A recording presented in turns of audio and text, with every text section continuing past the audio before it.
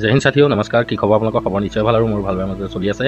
Thumbnail আৰু title দেখি আপোনালোকে নিশ্চয় গম পাইছে। বহুতে মোক কমেণ্ট যোগে সুধি আছিলে যে দাদা গৃহৰক্ষীজনত নতুনকৈ নিযুক্তি ল'বনে।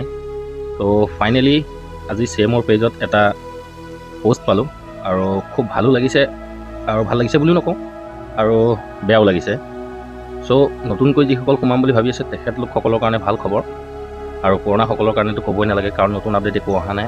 বৰ্তমানলৈকে অসম চৰকাৰে পুৰণা গৃহৰক্ষী জোৱানসকলৰ কাৰণে কোনো ধৰণৰ তেনেকুৱা ভাল পদক্ষেপ লোৱা নাই। আৰু আজিৰ বৈঠক এখন আছিলে, আৰু ভাবিছিলোঁ কি সেই বৈঠকখনত এটা ভাল সিদ্ধান্ত হ'ব বুলি, কিন্তু উল্টা নতুনকৈ 5,000 গৃহৰক্ষী জোৱানৰ প্ৰশিক্ষণ দিয়া হ'ব। ক'ত দিয়া হ'ব, কেনেকৈ দিয়া হ'ব, সবিশেষ আপোনালোকে ভিডিঅ'টো শেষলৈকে চাই থাকিব। আৰু যদি মোৰ চেনেলটোলৈ কোনোবা নতুনকৈ আহিছে তেনেহ'লে চেনেলটো ছাবস্ক্ৰাইব কৰি দিব, আৰু আপোনালোকে বন্ধুবৰ্গৰ মাজত শ্বেয়াৰ কৰিব, আৰু কমেণ্ট এটা কৰি জনাবলৈ নাপাহৰিব আপোনালোকে ক'ৰ পৰা চাই আছে। তো বলক আমি সেই CMৰ পেজত দিয়া পোষ্টটো চাই লওঁ, তেখেতে কি দিছে। এইটো হৈছে CMৰ পেজ।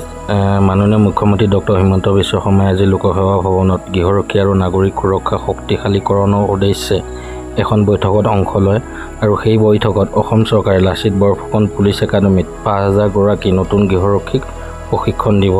তো ইয়াতে আমাৰ গৃহ বিভাগৰ দায়িত্বত থকা ৰূপেশ গোৱালা ছাৰো আছে, আৰু আমাৰ মাননীয় মুখ্যমন্ত্ৰী মহোদয় আছে, আৰু বহুত কেইজন তেনেকুৱা বিষয়ববীয়া আছে। আৰু আজি সেই আলোচনাত আমাৰ যে 5,000 নতুনকৈ গৃহৰক্ষী জোৱান ল'ব তাৰে ওপৰত বৈঠক হ'ল। আৰু যদি গৃহৰক্ষী জোৱানৰ বিষয়ে বেলেগ কিবা বৈঠক কৰিছে তেনেহ'লে ইয়াত কোনো ধৰণৰ আপডেট দিয়া নাই। আপডেট আহিলে মই জনামেই আপোনালোকক। ইতিমধ্যে আপোনালোকে পোষ্টটো চাই গম পালে। চ' বৰ্তমান কৈছে যে 5,000 গৃহৰক্ষী জোৱানক প্ৰশিক্ষণ দিয়া হ'ব, কিন্তু ইয়াৰ এডভাৰটাইজমেণ্ট কেতিয়া ওলাব আপোনালোকে গম লৈ থাকিব, বা মোৰ চেনেলৰ দ্বাৰাই মই যিমানখিনি পাওঁ আপডেট আপোনালোকক দিম। নতুনকৈ যিসকল সোমাম বুলি ভাবি আছে অলপ প্ৰেক্টিছ কৰক, আৰু এবাৰ হয়তো ভাল অলপ উন্নতমানৰ ট্ৰেইনিং হ'ব পাৰে, কিয়নো এবাৰ লাচিত বৰফুকন পুলিচ একাডেমীত যিহেতু ল'ব, আৰু অলপ ভাল প্ৰশিক্ষণেই হ'ব, আৰু আশা কৰোঁ অলপ চেঞ্জেছ হ'বও পাৰে বহুত কিছু।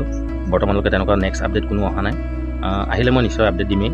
আৰু আমাৰ পুৰণা গৃহৰক্ষী ভাই বন্ধুসকলক মই এটা ৰিকুৱেষ্ট কৰিব বিচাৰোঁ যে আমাৰ যিসকল লোকৰ 55 বছৰ পাৰ হৈ গৈছে তেখেতলোকসকলৰ কাৰণে হয়তো অলপ প্ৰব্লেম হৈ যাব পাৰে, মানে 55 বছৰ 50 বছৰ পিছৰ পৰা হয়তো প্ৰব্লেম হৈ যাব পাৰে, যিহেতু এতিয়া নতুন গৃহৰক্ষীজন সোমালে আমাৰ সেই পুৰণা গৃহৰক্ষীজনসকলৰ কাৰণে অকণ সমস্যা হ'ব, কিয়নো আমাৰ অসমত পোষ্ট বহুতেই কম, ডিউটি সময়মতে পোৱা নাযায়, ছমাহৰ মূৰে মূৰে ৰিলিজ হয়। আৰু নতুনকৈ যিসকল সোমাব তেখেতলোকেও আমাৰ যিবিলাক ৰুল ৰেগুলেশ্যন গম পাবই, আৰু দৰমহাটো সিমানেই, ঠিক 23,010 টকা পাই আছে। বৰ্তমানলৈকে কোনো আপগ্ৰেড হোৱা নাই, হ'ব বুলি ভাবি আছোঁ, বৰ্তমানলৈকে হোৱা নাই। বাহিৰৰ ৰাজ্যবোৰতো অলৰেডি হৈছে। চ' ৱেলকাম জনাইছোঁ যিসকল নতুনকৈ হোমগাৰ্ডত সোমাব বুলি ভাবি আছে। চেষ্টা কৰক, নটিফিকেশ্যন আহিলে আপোনালোকে তুৰন্ত এপ্লাই কৰি দিব আৰু গৃহৰক্ষীজনত ভৰ্তি হৈ যাব। আৰু ভিডিঅ'টো যিমান পাৰে আপোনালোকে বন্ধুবৰ্গৰ মাজত কিন্তু শ্বেয়াৰ কৰিবলৈ একেবাৰে নাপাহৰিব। তো আজিলৈ জয় হিন্দ, জয় ভাৰত।